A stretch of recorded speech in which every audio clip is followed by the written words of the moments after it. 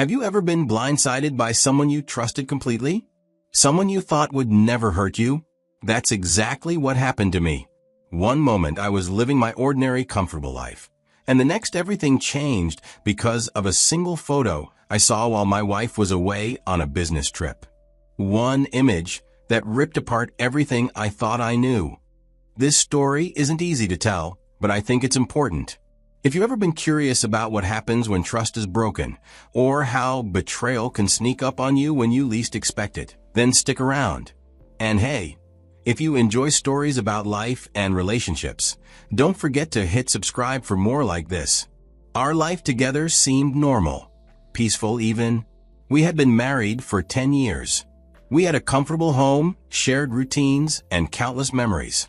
I loved her. I trusted her. When she packed her bags for another business trip, I didn't think twice.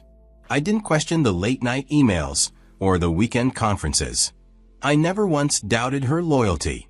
But trust, as I've come to learn, isn't as solid as it seems. It's fragile, built slowly over time, but capable of breaking in an instant. And for me, it shattered with one photo. It was a quiet evening. I was sitting on the couch, scrolling through my phone, half interested in whatever popped up on the screen. A couple of memes, a friend's vacation photos, and then something different, a post from a luxury resort. It was one of those ads they do to show off their place. Stunning ocean views, candlelit dinners, happy couples. You know the type. At first I barely paid attention, but then something caught my eye. There, in the middle of a slideshow, was a picture of a couple, a man and a woman, standing close, laughing together, their bodies leaning toward each other in a way that spoke volumes. My thumb froze mid-scroll. I looked closer to be sure. The woman wasn't just any woman. She was my wife of 10 years. She was smiling brighter than I'd ever seen, her arm casually resting on the man's shoulder, like she belonged there. I wonder if she knew she was being photographed. I stared at the screen, my heart pounding in my chest. Maybe it's not her, I told myself. But I knew better. Her face, her hair, even the dress she was wearing. It was all too familiar. There was no mistake. No cruel prank. It was her. For a moment, it felt like the world had tilted off its axis. My wife was standing in some tropical paradise with another man while I was here, at home, thinking she was at a business conference. I wanted to scream, to demand answers, to call her right then and there. But I didn't. Instead, I sat there, staring at the photo, feeling like my world had just been torn apart. I didn't confront her. Not then. I needed to think, to plan, to understand how the woman I trusted could look so carefree while breaking my heart. That night, as we lay in bed, I couldn't bring myself to confront her. Not yet. Instead, I decided to test the waters, to see if she would admit anything on her own. I turned to her, my voice calm, almost too casual. "So, how was your trip?" She didn't hesitate. The words flowed so easily, like she'd practiced them 100 times. "Oh, it was good. Busy, as always. We had back-to-back meetings with the clients. Then there was this dinner with the team, lots of networking." She even laughed lightly, as if reminiscing about something mundane. Her tone was cheerful, almost rehearsed. I forced myself to nod, to play along. "Sounds exhausting," I replied. Inside, though, I was crumbling. She spoke so confidently, so convincingly, weaving a story I might have believed if I hadn't already seen the photos. But now, her words were lies wrapped in a polished bow. And I sat there pretending to believe her because I needed more than just her casual deceit. The days that followed were like peeling back the layers of a mask she'd worn for years. I started noticing things I had overlooked before, small details that didn't fit. It wasn't just the trip. It was the late-night calls she'd take in the other room, always whispering and quick to hang up if I walked in. The periodic business trips, seminars, conferences, client meetings are all conveniently out of state. It was as if I had been blind for years, and now I could finally see, I thought. Every excuse she made now sounded hollow. Every reason to be away from home seemed like another opportunity for her to escape. I thought back to how she'd light up when talking about these trips. At the time, I chalked it up to her passion for work. Now I knew better. This wasn't about work. It was her chance to be free, to live a separate life, one where I didn't exist. But I stayed quiet. I needed to be sure. I needed her to reveal herself fully before I could act. Months passed, and life fell into its usual rhythm. At least, that's how it seemed on the surface. My wife was her cheerful, ambitious self. Then one evening, as we sat at the dinner table, she told me about a masterclass she planned to attend in a nearby state. It was a 2-day event, she said, focused on professional development. She smiled as she explained how important it was for her career. I listened carefully, nodding like a supportive husband. Inside, though, I was calculating my next move. I couldn't tell her not to go. If I even hinted at disapproval, she'd twist it into me being controlling or unsupportive. That's how it always was. Any disagreement about her trips would turn into an argument about trust or me holding her back. So, I simply smiled and said, "That sounds great. Let me know if you need help packing." But this was my chance. I realized this trip wasn't just another getaway for her. It was an opportunity for me to confirm what I already knew, to gather proof, to prepare for the confrontation I had been delaying for months. The next day, I made 3 decisions. First, I downloaded the photos to a secure folder and saved backups. I wasn't going to lose my evidence to a technical glitch or a mistake. Second, I contacted a lawyer. I didn't know much about the legal side of things, but I knew I needed to protect myself. The lawyer listened carefully as I explained the situation, and they advised me to start documenting everything.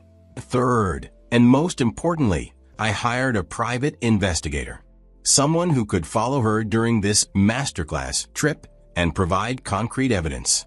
I didn't want to rely on just photos from a stranger's social media account.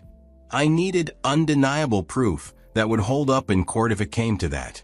Through it all, I kept my composure at home. I didn't act differently around her. I didn't bring up the photos or the trip.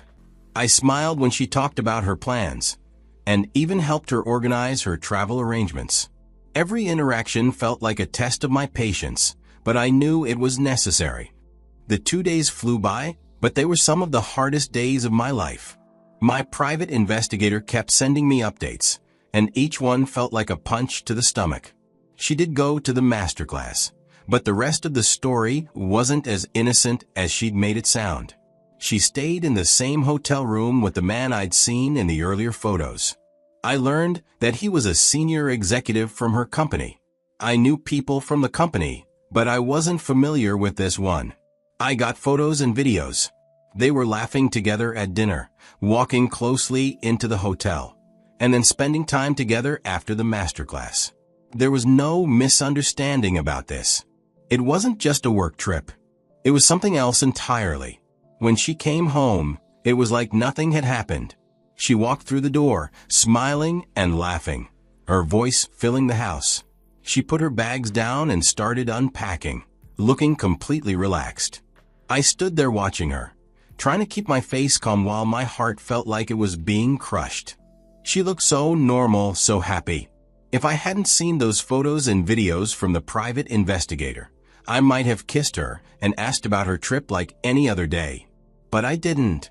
I couldn't. I just nodded and pretended to listen while I kept waiting for her to enter the bedroom. I had spread out the photos on the bed. She seemed to be delaying, so I called her into the room, and when she walked in, she looked at me, then at the photos. Her smile faded instantly. I didn't need theatrics. The photos spoke louder than any words I could muster. Her face went pale. She didn't say anything for a moment, just stared at the photos, like she was hoping they'd disappear. Then, her expression changed. Her eyes filled with tears, and she started shaking her head. She looked at me, her eyes wide with fear as if she had been caught stealing. But this was more than theft. This was a betrayal.